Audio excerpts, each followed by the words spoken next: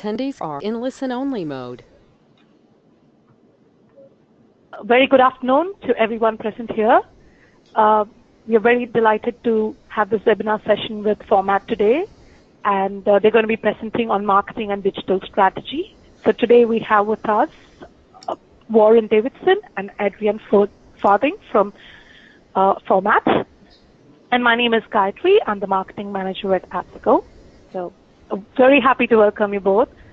Adrian, you can do the presentation. Great, thank you, Gayatri, and welcome everyone. Thank you for joining the presentation today, and thank you, Apsico, for arranging it and getting one organised. So, very warm welcome to everyone. For anyone who haven't met us before or tuned into one of our previous webinars, my name is Adrian Farthing. I'm the account director at Format, and I'm here with Warren Davidson, head of digital marketing Format as well. So Warren and I have been wanting to put this webinar together for some time now, because we're often being asked what's the best way to plan and execute recruitment marketing. And we often ask how can you actually start to measure the success of marketing and sell the benefits of marketing internally so that everyone can see that you're doing a great job. So I hope of Apsico today, we'll be covering this for the next 45 minutes or so. We'll make this interactive. We've got some poll questions for everyone, and we'll also be recording the webinar as well. So just to make sure everyone can hear us okay, perhaps can you use the chat box on the right-hand side, just give us a quick hello. Make sure that everyone can hear us loud and clear.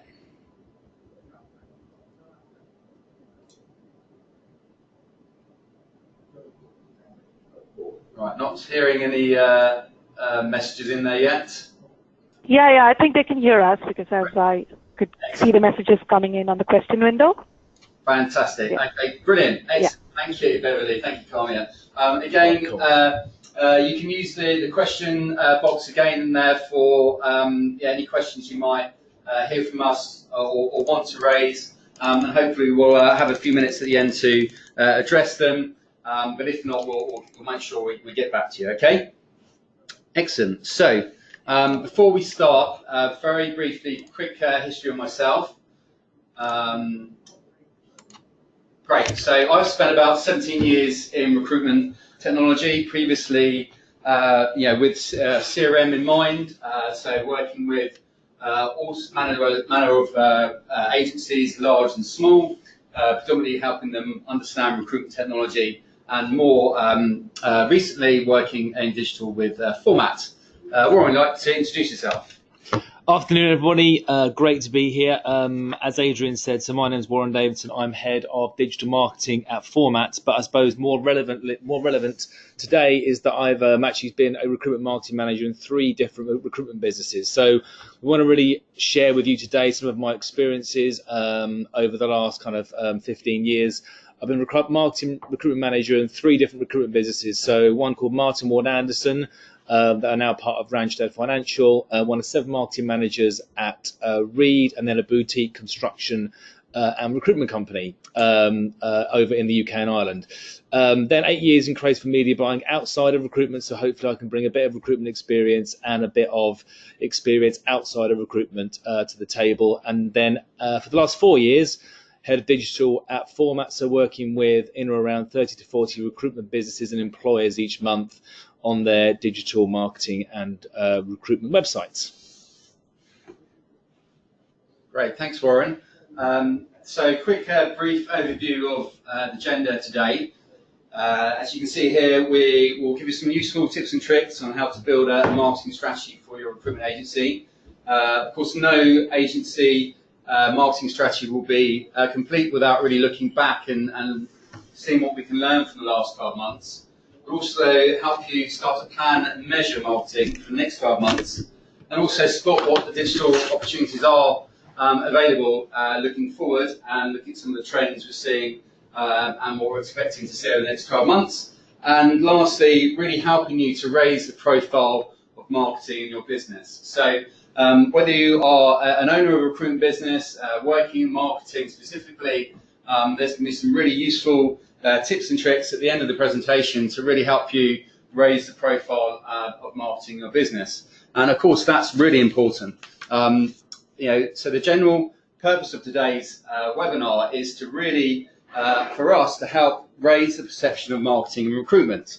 It's commonly one of the most common challenges with marketing and recruitment is that it's seen as a cost to the business and not a revenue generator for the business. So when it comes to budget time and raising the profile of marketing and helping you justify more budget, then you're not going to want to be like Oliver Twist here and asking for more budget without having a solid business plan. So that's what we're going to help you achieve today with some common tips and tricks. So first poll we wanted to raise and test the theory is that we know that 50% of recruitment agencies have a marketing team of one or none. So we're just going to quickly test that with a poll for everyone, which we're going to launch now. Tell us how many people are in your marketing team.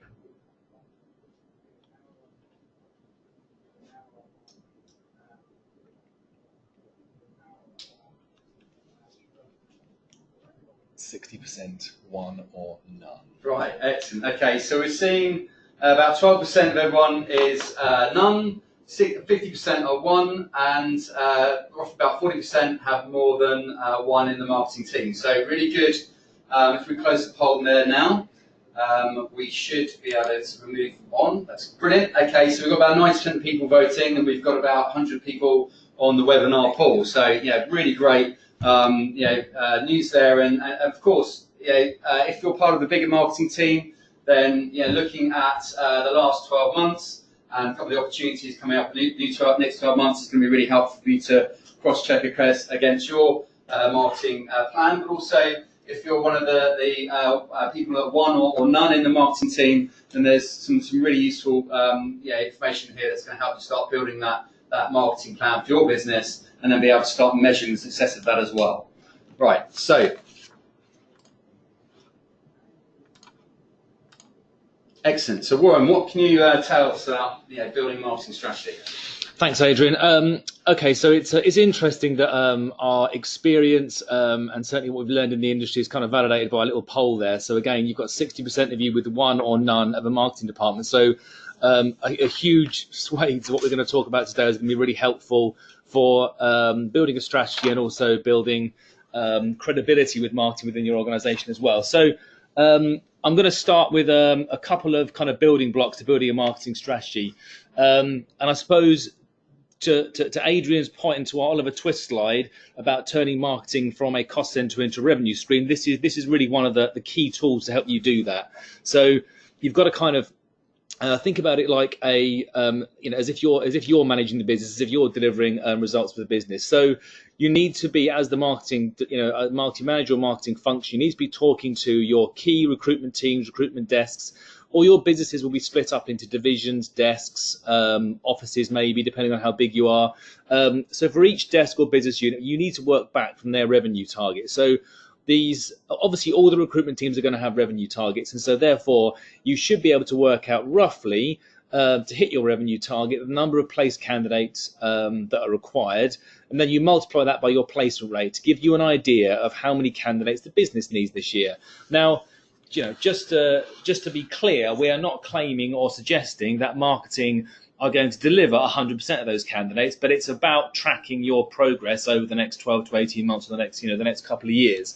If you've got an understanding of how much marketing contributes to hitting those revenue targets, then all of a sudden you start to get a bit more value delivered into marketing going forward. So, for example, back of a fag packet example here, if your revenue target is £1 million and your average placement fee is 10 grand, obviously that's 100 placements. So then if you assume you need 50 CVs for each placement, that's 5,000 CVs required. And you'll all have different conversion rates and different fill rates for the various businesses that you operate in. And obviously those fill rates and conversion rates can be very, very different from one industry to the next. But that's kind of your starting point for, okay, how many candidates or clients do we need to achieve or to help the recruitment team to achieve their targets in the next 12 months. But also there's some key questions you need to ask yourselves when you're building a marketing strategy, just to see where your gaps are, and where you're strong and where you're weak. So again, as we've said earlier today, we've got a big cross section of different people from different organisations and different sizes of marketing. So you've obviously got to assess what people resources are required at the outset. Again, if you are an MD on the call today, you're thinking about, well, do I need a marketing manager? Do I need a senior exec? Do I need an administrator? And I suppose one of the things that I often say to clients is when you're recruiting your first marketing person, they've got to be able to build credibility in the business. So quite often, recruitment agencies make the mistake of recruiting someone that's too junior, and therefore they can't build credibility, they can't build a rapport with the sales team, and so therefore they struggle. So you've got to think about, recruiting at the right level in the first place. Have there ever been any marketing objectives set for the business? And again, I'm going to talk about a lot of this stuff in a bit more detail later. But for many businesses, you'll all have either 1, 3 or 5 year plans. So the marketing guys need to understand how they're going to contribute to the success of the business and the results of those plans. How will the business measure our success? So again, there are some obvious measures which we're going to talk about today, but you need to ask the question of the board or the MD, how are we going to measure the success of marketing in the future? Is it going to be on revenue? Is it going to be on candidates or candidate sources or client leads or new business or business development? How are you going to measure marketing in the future? And the key thing there is that once you've decided what the measures are, don't change them every 6 months. Otherwise, you're going to really struggle to track your success. Can we track the source of candidates' clients? So obviously a very relatively hot topic in the industry. Everyone's trying to track the source of their clients or candidates. Most agencies have some way of tracking the source of candidates, whether it be the consultants recording in the database, what they ask the candidates over the phone. But quite often we find that many recruitment agencies don't record the source of inbound new business. So again, it's important that you have these building blocks in place so that you're able to measure the effectiveness of your marketing in the future. Do you measure the effectiveness of each channel? So again, it's all well and good having top line objectives and business plans, but you need to obviously measure each of your channels. So that's digital, that's PR, that's press, that's going to events, that's business development, whatever it might be. Also, what is the current perception of marketing within the business? If you are a marketing manager, just joined a new recruitment business, and you're following behind 2 marketing managers that have come before you, or maybe no marketing managers that have come before you, you need to understand what the perception is of marketing within the business. Have you got some barriers to break down, either with board members or senior sales professionals, to help them? Obviously, you've got to demonstrate results sooner rather than later to be able to build that credibility. So you need to ask that question, make sure you understand any internal challenges. Does our brand reflect our business? Again, we do branding work for many different clients, but it's important that you as a marketing manager or as a marketing professional just have take stock and make sure that, yes, we have a brand that's fit for purpose. And by that, we mean a brand that you're either proud of or it reflects what the business is going to be in 3 to 5 years. And then finally, do we go to enough of the right events? There's tons and tons of industry events, either recruitment specific or the industry that you operate in specific, that you can go to. And being face to face with client and candidates is certainly one of the best ways to engage with them and find out what pushes their buttons. So what does a marketing plan contain? So I've got a couple of things here, some top line strategic stuff, and then some tactics, which I'm going to go through in a little bit more detail. So again, I expect that some of you, or a lot of you, have got some of this, but maybe you haven't got all of this. So hopefully you'll pick up little bits and pieces as we go through the slides today. So top line strategy wise, you need to agree, obviously, some marketing objectives. And again, the key point there is to get them agreed with the board. You can't just come up with marketing objectives and then work in the silo. They have to be agreed by the top man or the board so that you understand how you're going to measure yourself going forwards. Then you need to have a strategy for each channel. So again, what is the objective of each channel? What are we trying to achieve there? And then equally, what are the people resources required?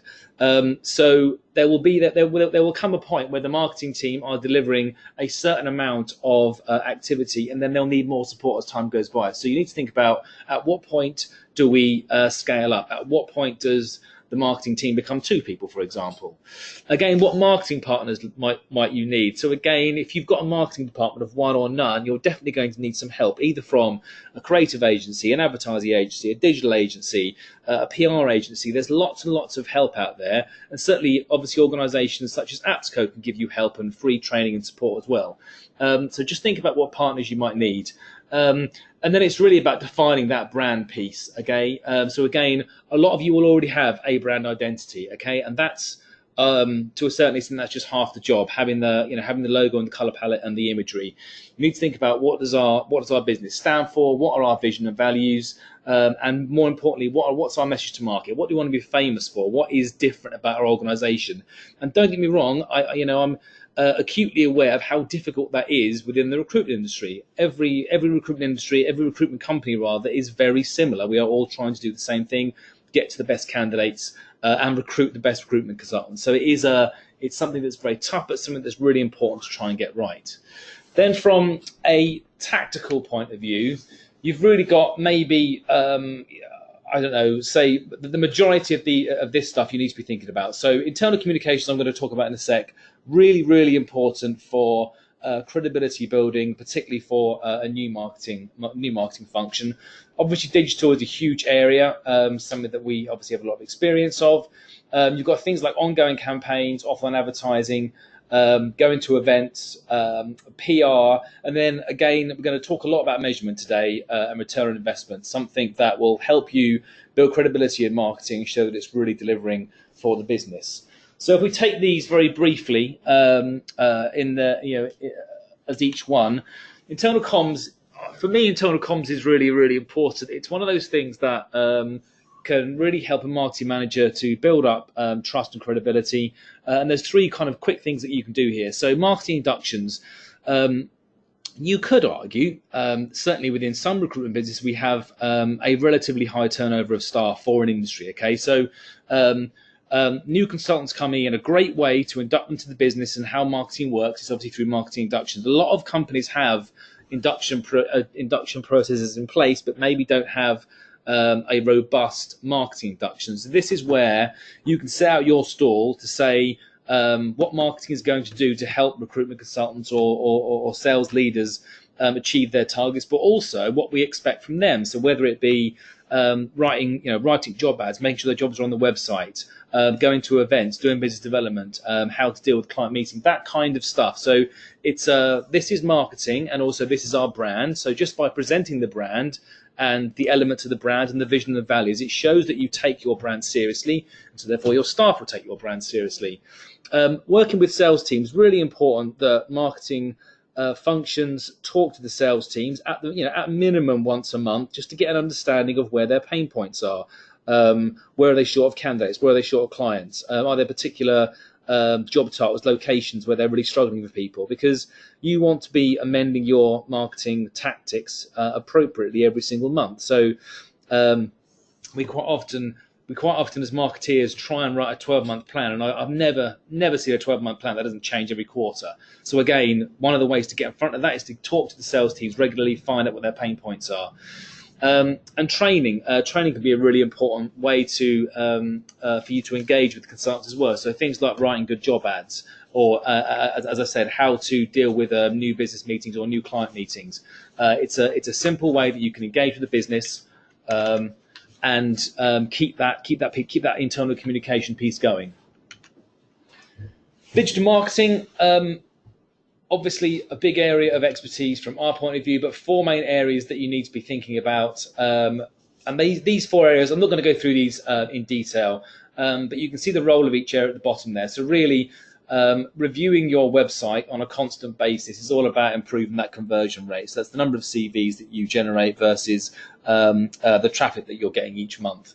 So constant improvement of the website is really important, at least once a month or once a quarter, to keep those things ticking along. So if you do no marketing whatsoever and your traffic is the same, reviewing your user experience can still generate you more CVs. SEO we're going to cover off in a couple of slides later, but again, with things like Google for Jobs coming down the track, really important to keep that going. Although having said that, SEO standalone doesn't really exist anymore. You've got to be doing a bit of website UX because that's important for SEO. You've got to be doing a bit of content because that's important for SEO. And equally, digital advertising is important to deliver real reach for your message. And by that, I mean eyeballs on the brand. You can only get so far with website development, SEO, and content. You need to be doing some digital advertising. But again, there's a huge, obviously, crossover between SEO and content, and they're both going to build traffic and drive your rankings in certain areas. Campaigns. So this is something that a lot of agencies do, but I don't think they do enough of. So salary surveys is a classic way. It's a classic piece of really weighty content marketing. And a lot of agencies tend to do salary survey campaigns for a couple of months and then forget about it. Whereas really a salary survey is an annual campaign that you should be running for at least 9 months. There is so much insight and good information within those salary surveys that I think it's something that we should be doing an awful lot more of. And it really positions you as a thought leader and someone that really knows the market inside out. Seasonal campaigns, tons of stuff that we can capitalize here on, from Patrick's Day to Valentine's to Christmas. There's all sorts of seasonal stuff that we can just use to piggyback on, or even things like the World Cup in the summertime. And then there's client campaigns as well. So a lot of agencies will all have a key set of top 10 clients that they prioritize over others. So this is about running campaigns specifically for those clients and either creating microsites on their website or doing specific press campaigns for them. But again, it's about building relationships with those clients, but using your marketing tactics to obviously generate candidates that way as well. Offline advertising, so not necessarily something that we do a lot of in recruitment, but certainly something that quite a few of our clients do when they're in a high volume situation. So for example, radio campaigns or press campaigns. There are quite a few industries where we have customers who are still advertising in the press because they feel as though they need to be there from a brand awareness point of view. And so that can be important from just pure brand positioning. But again, really all about making sure that if you are doing things like press advertising, you're putting in, say, a unique website URL so you can try and measure the effectiveness of that advertising. Events, as I said earlier, tons of events from a recruitment perspective and also from an industry perspective. But I think the key thing here that a lot of agencies don't do or need to do a bit more of is planning. So again, if you're sending recruitment teams along to an event, have a meeting a month before the event. What's the objective of this event? What do we expect out of it? How many candidates do we expect to register as a result of it? Or how many client leads do we expect to pick up? So then during the event, what are their activities? It shouldn't just be a go along and good luck. It should be a go along and you have to do these activities or deliver these leads or achieve these objectives. And then obviously a month after the event, it's about assessing the effectiveness of that event. So how many leads did we get? How many did we convert? How many candidates did we get? How many did we place? Because ultimately, someone's ultimately going to ask the question: should we go to this event next year? And if we don't have any idea how many clients, candidates, or bidders we generated out of it, how are we going to make an assessment of the effectiveness of that event in the future? Public relations. So again, something that actually really is starting to bleed into content marketing and link building. So any piece of PR can actually obviously build links to your website, and certainly many pieces of PR will turn into great pieces of content on your website or in your content marketing strategy as well. So it's certainly something that is increasing in importance as time goes by. Certainly from a PR point of view, the main way to use it is building your profile and positioning. And quite often, some of the companies that I've worked with and have worked for have used PR to build the positioning and the credibility of directors within the business as well. So that's something that you can think about. But also going back to things like salary surveys, again, PR is a great way. Journalists love research-led public relations. So if you've got some great stats about your industry or a company, or candidate trends, client trends, or trends in different parts of the world, that's really PR worthy and certainly something that you can get some traction from. So that's, again, good for your content marketing, good for your branding. And then finally, just coming on to the measurement piece. Obviously, we've talked about objectives. Objectives are really important to set and to be tied into the the business strategy. But you've got to think about the frequency of reporting as well. So how often do you want your marketing teams, or how often as marketers should we update the business? And you've also got to think about how you update the business. So are the board or your MD the sort of board or MD that want a 50-page marketing document from you each month with an update of all the activities that you've taken? Probably not. They're probably more likely to like a one-page dashboard that gives the key metrics that you've already agreed with them and how we're progressing. So you've just got to think about how often you're reporting back and what that report includes. And don't feel as though it has to include everything. Agree with the board or the MD what you want to be reporting back on. Quality of candidates is something that we get asked about a lot. And certainly trying to put in some quality measures around either how many of the candidates generated were placed or how many of those candidates generated have made it onto the database is really important. You've got to try and figure out how you're going to measure the quality of those candidates going forward. Try and measure by channel, again, so that we can assess which channel we should invest more money in the future. Really important way to edit and tweak those tactics over the next 12 to 18 months. Also, again, a lot of recruitment agencies will say to me, I want more brand awareness, Warren. And that's great. It's a very reasonable objective to put in place. But again, how are you going to measure it?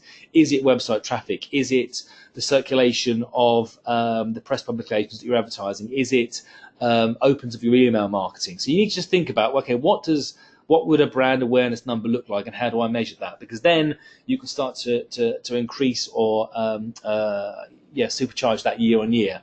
And then finally, just looking at marketing partners. So I touched on that earlier, but you need to think about what partners do you need to help achieve your objectives. So I'm going to talk a little bit about return on investment on the next slide. But again, one thing I wanted just to test from a poll point of view was you'll all hopefully have some idea of your marketing budgets. But for every marketing pound spent, how much money would you expect to get back? And again, this obviously ties into our marketing as a revenue stream rather than a cost. So what have you launched there? On one. Sorry. Okay, so we've just launched this poll. So how much money would you expect back for each marketing pound spent? On the poll, you've got 5, 10, or more than 10 times.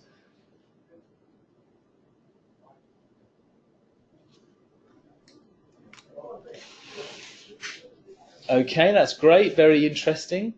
The majority, when I say the majority, you've got 53%. Actually, it was up at about 70% when we just launched that. But you've got 53% are saying 5 times, 40% 10 times, 7% more than 10 times. So in my experience, having worked with almost 100 recruitment agencies over the last 20 years, whatever, I'd say I've only had one person say to me, I want 20 times back of every pound spent. So I think generally speaking, I think 5 to 10 would be a reasonable return on investment. But it's interesting what everyone thinks. So just keeping that return on investment theme going, thinking about how you measure return on investment. Okay, so obviously the source of placed candidates is a great way to measure that. Okay, but that doesn't really reflect the value of marketing. So if we're only measuring the candidates that were placed in the business, we're missing out on the other 10 applications to the roles that we actually could place in the future. So this can also be a good measure of quality as well. So where are we getting our placed candidates from? What's the source of candidates that relate to the database? So again, these are candidates that we haven't placed this month, but we know we can place them in the future. So important to figure out what the quality score is of those candidates. And quite often, a lot of recruitment agencies that are using Broadbean, for example, there's quite a good flagging system in Broadbean as well. So you can flag, there's a traffic light system, so just red, gold, green. And that's a good way of measuring the quality of candidates as well. And then obviously, as I mentioned earlier, client source, really important to try and figure out where you're getting these new clients from. different from one business to the next. Obviously, if you are an old established recruitment agency, you're probably after candidates, whereas if you're brand new to the industry and you're a bit younger than some of the more established players, clients are probably more important. So therefore, it depends upon whether you're a client-driven or candidate-driven business.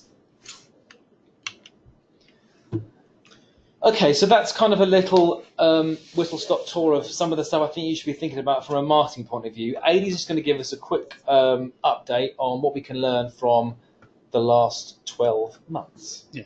Thanks, Warren. Yeah, certainly lots to learn from the last 12 months. Lots of developments across Google, Indeed, and agencies, investing certainly more in SEO and in their brand. So just a few slides on what we've seen in the last 12 months to make sure that you haven't missed anything. And of course, I couldn't really mention the last 12 months without mentioning Google for Jobs. Now, I'm not going to take you through lots of slides on Google for Jobs. We've done that before. You can certainly, with the help of AppsGo, we've run a previous webinar on Google for Jobs, and you can go to appsgo.org/appsgo-events, and you can digest the content we put out there as well. And also, we've got a nice, helpful ebook on format.com/blogs. But ultimately, there's a couple of updates recently. Now, Google for Jobs was live in the US from last year, but more recently, they've updated a few features. Firstly, a better location filter, so candidates can now set their distance of where they're searching for roles, and also a salary filter as well. So if you're not advertising salary on your jobs, then Google will suggest similar salaries. And also a choice of application. So if you're advertising the job on multiple job boards on your own site, then Google will aggregate those adverts together into one advert on Google for Jobs. So it's really important that you make sure on your website is compliant and the schema is up to date. So what does that look like? Firstly, here, if I can show you, in the red area here is on the right-hand side is a job advert. This same job advert has been advertised across Faircroft website, Glassdoor, and LinkedIn. So therefore, if your schema is up to date, and we're talking a lot about marketing strategy and brand here, you want to make sure that you're on the left-hand side. And so when the candidate is applying, they're applying through your website, which again is a big tick in the box for recruitment marketing, something you can measure as well. Yeah, so brand really important here because most candidates are going to more than likely apply to the brand that is most familiar to them. So obviously Glassdoor and LinkedIn are behemoths. So you need to do as much as you can to make sure that your website and your brand are in front of candidates. Great. And also here we can see typical pay for this type of work. So we haven't included this in the salary. So Google will perhaps suggest what the typical pay will be for this type of work. You see this on the right-hand side here. So again, something to consider whether you want to include salary or not. But if you don't, Google will suggest one for you. And also here, we can now start to see that Google is actually indexing jobs in the UK, and we can certainly start to see the effects of Google for Jobs on traffic to the website. So we're not going to go into details here, but certainly you can go into Google Analytics in the moment and search for this information. Can't you, Warren? Yeah. So if you've got access to your own Google Analytics, go into GA, go to Source Medium, and then if you type in that search bar there, you can see Google_jobs_apply, and you'll see how much traffic you're getting from Google for Jobs. Brilliant. Thanks, Warren. And in direct response to Google for Jobs, Indeed have updated their user experience. And you may or may not be aware of this, but this rolled out in Q1 2018.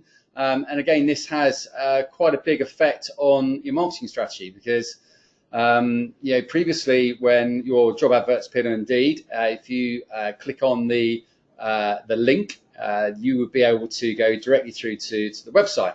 However, now a candidate has a much better user experience here through Indeed, as they can start to search for multiple jobs pertaining to the area of interest. So, therefore, keeping on the Indeed platform.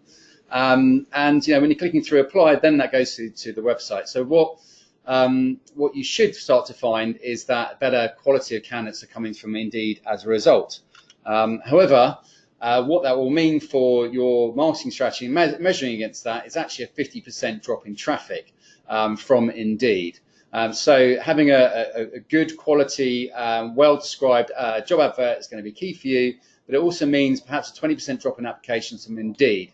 But again, hopefully you'll see a better quality candidate coming from Indeed because they are better qualified, self-qualified. But very importantly here, you're paying for clicks and no longer paying for traffic. Yeah, so many of you will have seen a drop in traffic from Indeed over the last 3 or 4 months, and this is primarily the reason why. And this is kind of what we're seeing in the market at the moment, that much drop in traffic from Indeed. And again, many of our clients have experienced a drop in traffic, but zero drop in applications. So it certainly would appear to be providing better quality candidates, but I suppose only time will tell. Great. Okay.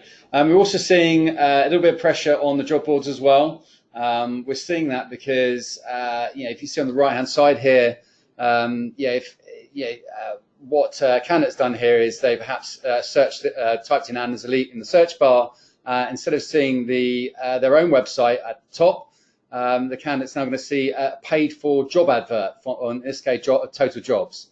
So really what we're seeing now is Total Jobs and other job boards start to advertise under the recruitment brand.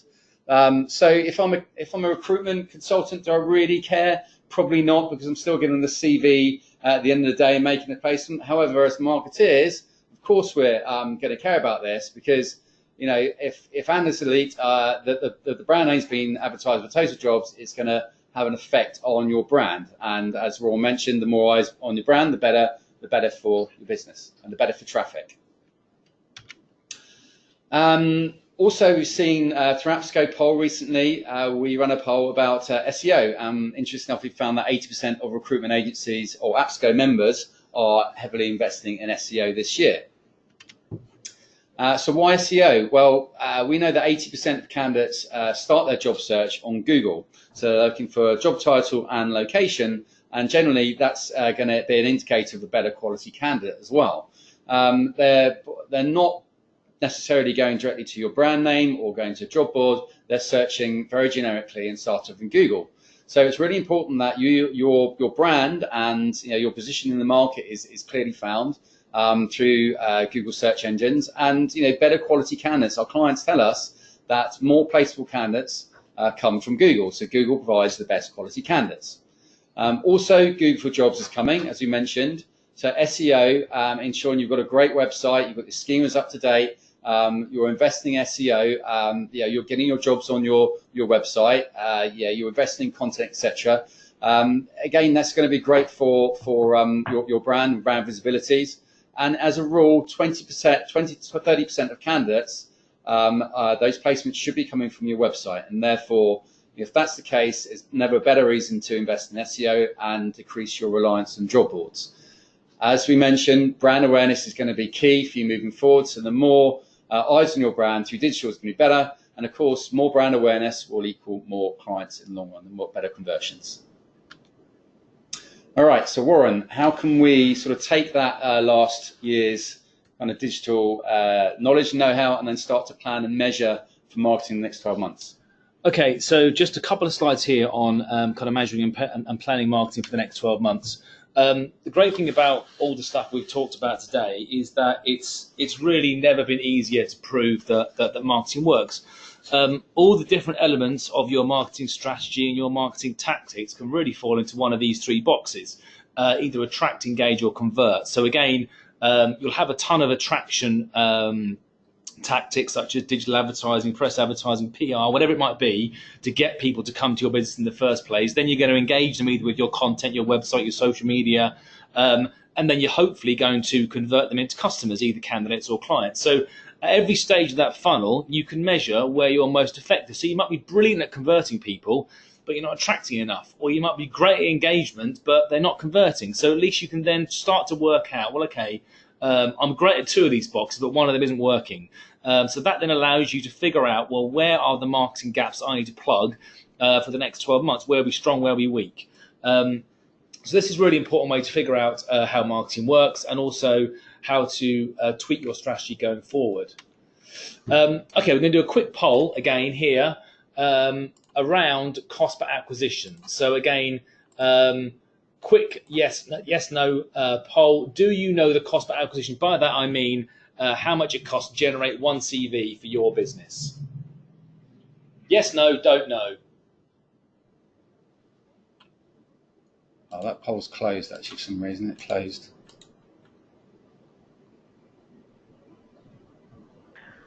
I think because the poll was launched earlier, so it's already displayed there. Yeah. Okay, yeah, so it's closed. Oh, right. Okay. Okay. All right. Okay. Can we not relaunch it? No. No. Okay. All right. Never mind. Okay. So moving on. So in essence, obviously, the cost per acquisition is your marketing spend divided by CVs generated. Now, the important thing to note here is that obviously you want to try and do this per channel. You're going to end up with a big number, which is your cost per acquisition, cost per CV, but it's going to be skewed by either high investment in some marketing channels that generate low return, or those that are low investment that generate high return. So you need to do it by channel as well as having an overall number. But this also might be one of those dashboard things that you put in the board report each month. Our cost per acquisition is X, and our objective is to drive this down to Y over the next 12 months. So just looking at digital opportunities for the next 12 months, there's been a few significant changes in the recruitment landscape quite recently. So really, any marketing strategy for us as recruitment marketeers needs to answer or needs to be utilising or answering these four behemoths in our industry. So obviously, you'll all have recruiters on recruiter licenses. LinkedIn owned by Microsoft. Google, because obviously Google for Jobs is coming. We know that's happening. But also, Google have within that Google for Jobs feature, they have a cloud API that allows them to match different job titles to related job titles. So that's going to improve that job search. Also, there's Google Hire, which is kind of Google's own ATS, applicant tracking system, which is more for employers, but it just shows how they are moving more and more and more into recruitment. Obviously, you've got Facebook Jobs live in the US, not in the UK yet, but again, that's going to be obviously launched in the UK as well. And then more recently, Indeed and Glassdoor are now owned by the same company, Recruit Holdings in Japan, I think it is. So whether they're going to be called themselves Indoor or Glassdeed, we shall see. But also, more interestingly, Indeed is starting to do some of their own research around the importance of user reviews, and obviously that's all about trying to increase the importance of Glassdoor, because ultimately I would assume they're going to end up with some combined offering in the future. But from our point of view, how does all this stuff in the market impact on us? Well, we've got to be a bit selfish when it comes to our own recruitment marketing. So there's three things to ask yourself here. If you're using one, some, or all of those behemoths in recruitment, you need to be thinking about, okay, obviously, how many CVs are those guys generating for us? But also, from a pure brand point of view, you want to be using those different mediums to get traffic to your website, as opposed to investing in their brand, and obviously getting your content out there as well. So if you obviously want to be pushing out content into LinkedIn and Facebook and all that kind of stuff, but it is about much more than simply generating those CVs from those different mediums. And then that kind of, from a traffic point of view, it feeds into how can you improve your website in the next 12 months. So again, there's some things here that you can be thinking about. Reviewing your traffic sources. So regularly review your traffic sources. Where are you getting traffic from, and therefore where are you getting your conversions from? Review those CV conversion sources. Spot trends. So you're going to see trends like we mentioned Indeed earlier, a decline in traffic recently for something that really is outside of your control. Measure your conversion rates. This is the conversion rate of traffic to CVs. Review your user experience, as we said at the top of the show. It's important to review that at least every quarter. Equally, from an SEO point of view, look at what your competitors are doing. So see where your competitors are ranking, and see what pages that they have ranking and why they're ranking. And again, investment in SEO is really important, not only from a Google for Jobs point of view, but again from a brand point of view, and for tying it in with your content and your digital advertising and your brand and user experience. Also, one thing that we're seeing more and more of is programmatic recruitment advertising. So there are a few different providers here that you might want to think about if you're doing a number of different recruitment advertising channels. So quite often we have organisations where they're doing Indeed advertising, Google PPC, they're doing job boards, they're doing social advertising. So wouldn't it be great if we could manage all those advertising mediums or job slots in one place? And wouldn't it be great if, say, an advert turned itself off after it had already got 50 applications, for example? We might be able to find out through some of these platforms how much it costs to fill a role based on a job title. These might also help us to keep our jobs at the top of searches on things like job boards. So quite often you'll get recruitment consultants posting jobs on a Monday to get themselves back to the top of search engines. This might, but be a way to improve that. And we might get to a point where we're paying per application rather than paying for job slots that we have no choice about the rate of. Just going back to the customer experience thing, this is certainly a trend that we're seeing across a number of clients at the moment. FIFO and Trustpilot. So this is something that obviously is bleeding into recruitment from the consumer sphere. Huge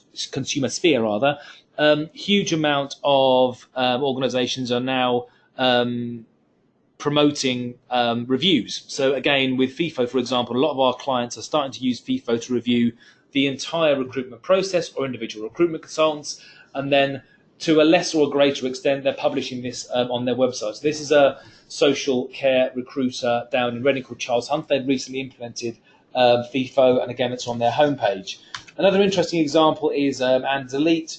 So they have a little widget on their homepage on the left-hand side there, but again, very admirably, their MD Simon Trippick answers all the questions there personally. So again, it's a very, very open and transparent way of doing it, and that's something that they're really proud of, and that's really tied to their brand. So there are a number of ways to implement these things, but again, something to think about. And this kind of stuff will be good for brand awareness, SEO as well. So finally, we just want to talk a little bit about raising the profile of marketing within your business. And hopefully there's been a few little hints and tricks and tips as we've gone through today, but I just want to give you a few examples and kind of round things up. And this is goes back to what Adrian said at the beginning about Oliver Twist and us being seen as credible marketeers with a reason for our plan and our budget. So top 10 things to raise the profile of marketing. So communicate small wins. So if you have a great traffic month or a great event or a great piece of PR, tell people about it. Don't sit on it. Send out an email. The guys at Quanta actually do this quite well. They have a Friday afternoon scrum, and the marketing guys get a chance to communicate this. So it's really important that you communicate small wins. Give marketing a platform. So again, really important that the marketing guys have a say and have a voice, particularly at the top table. Develop marketing champions. So the guys up in Service Care Solutions in Preston do this really well. When I go to the marketing meetings there, they bring a different person from each team to the marketing meeting. So again, we're getting marketing exposure to different parts of the business. So it's a really good way to communicate what's going on and why it's happening. You've either got to be the advocate at the top table or get an advocate at the top table. And again, the way you do that is by agreeing those objectives with the top table in the first place, so that we understand how we're measuring the impact of marketing over the next 12 to 18 months. And be prepared to back yourself and the suppliers you choose. So again, this is working very much in partnership with your suppliers and taking responsibility for the appointments that you make.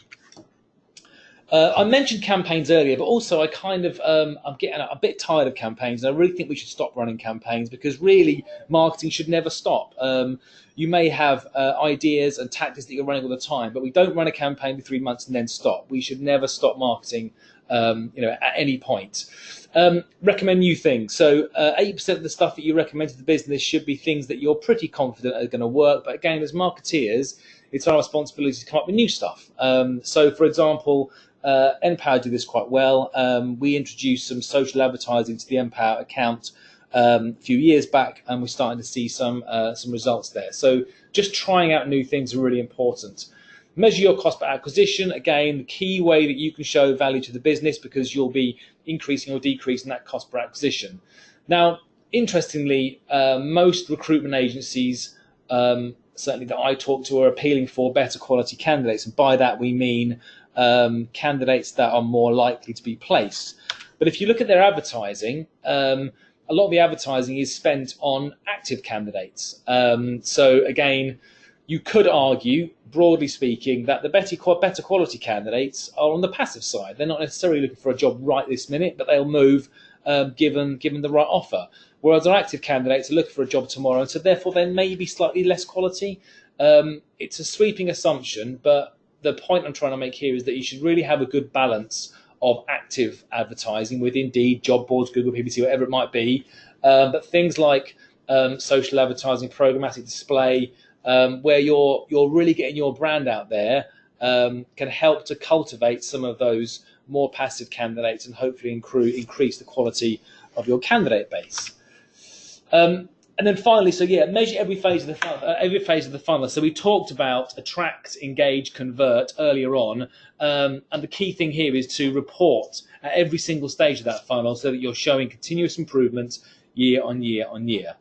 So I'm going to leave you just with a final quote from an old MD of mine in my Reed days. Show me a marketing activity that will work and I'll invest in it. It's kind of like asking me to predict the winner of the Grand National. It's not really how things work in the marketing world. But hopefully what we've given you today will give you the evidence or the ammunition to back more winners. Thanks very much. Excellent. Thanks, Ron. That's great. Hopefully, one that's really useful to you. We are very close to our end of allotted time, but if you've got a couple of minutes of questions, we'll try and answer any that we might have. So do pop any questions in the chat box. Yeah, quick question from Wendy. Can we have a copy of the presentation yet? The presentation, happy to share that with you. Drop me an email and I'll share that for you. Also, the session will be recorded and available on the AppScale website and shared on post-webinar as well. Other questions? Facebook Jobs has launched in the UK. Just one here about your advice on ensuring your website schema is correct. So this is something that we covered actually in the Google for Jobs webinar. So if you go onto Google and type in structured data testing tool, that will allow you to put your website through a little testing tool. So take a job details page, take that URL and stick it into the structured data testing tool. Now recently we have also had some issues with that. So if you type into Google, I think it's structured data. Yeah, structured data testing tool. You should be able to find a tool for that. There's another question in here from where was it? There's a question about is Google Jobs just for the US? The answer is no. It is rolling out globally. We're seeing it in Canada, India, Spain and South Africa, where it's live. We're expecting it to be live in the UK very soon as well. How does Facebook Jobs find our adverts? A question here. So again, if you're doing any Facebook advertising, this kind of went live probably in the last 6 months, but certainly if you're doing a standard Facebook post, you can actually post it as a job advert now. So that's something that's certainly recently been introduced within the Facebook advertising platform as well.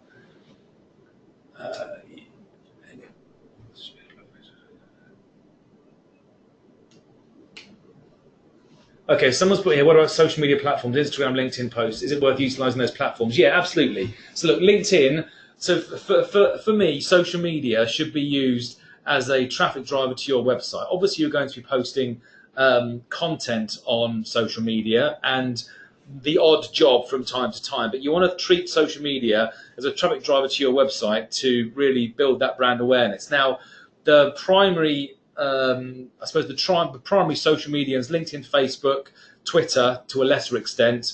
Instagram can work, but you need to think about if you've got say 50 offices, then Instagram can work because you've got 50 offices that can provide you with photographic or image-based content. If you are just one office in London, you just need to think about what your strategy is for Instagram. And obviously there's obviously advertising platforms within Instagram as well.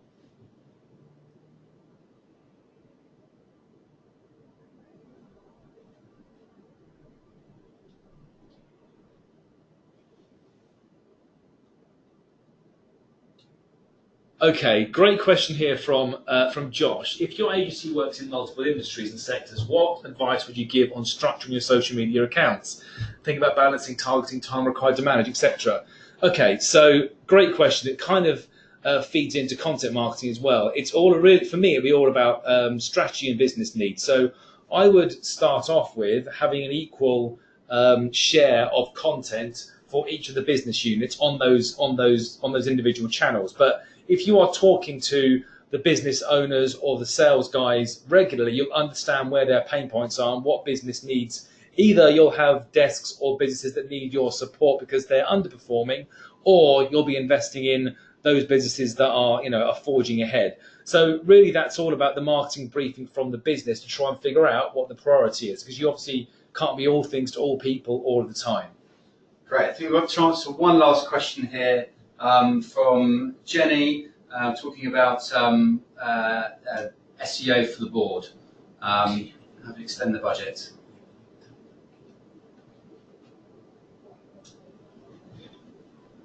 Okay, so Jenny has had some great conversations with the board. What do you do when you're struggling to break through with the board? Well, I think, look, a lot of this stuff a lot of the tactics that we put in the presentation today are things that you can adopt. So you've got to really think about how you demonstrate value to the board. So if you're struggling with the board, then you've got to try and figure out what's important to them. So that's all about measuring marketing, prioritizing candidates, clients, sectors to go after, all that kind of stuff. So more engagement and understanding what's important to them will hopefully enable you to sell marketing to them a bit stronger. Okay, just one final question here. So, do you think content focuses on bringing on? Do you think content that focuses on bringing on clients and candidates can work simultaneously? That's a tough one. So, I would generally say that client and candidate content is separate unless you have got one particular issue that goes across both of them. And then in that instance, you obviously you put that content on the website, you promote the hell out of it, but then you need to have other calls to actions on that content to then hook in the client or candidate. So the candidate, you might hook them in with related jobs that relate to that post. The client, you need a clear call to action, get in touch with us now, that kind of stuff. Brilliant, excellent. So I think that sort of brings us to time. Please do, if you have any questions, do drop me an email. I'll be happy to quiz Warren's marketing mind and get the answers for you on that. But hopefully you found the presentation really helpful. As I said, do stay tuned to our format.com/blogs. Loads of great content on there for marketing. We're always trying to help you guys raise the profile of marketing. Hope you enjoyed the webinar. And thank you very much, Gayatri, for... Thank you, Adrian and Warren, for such a wonderful webinar. Thank you so much. And for all the attendees, you will be receiving, for everyone who registered, you'll be receiving the webinar recordings as well shortly.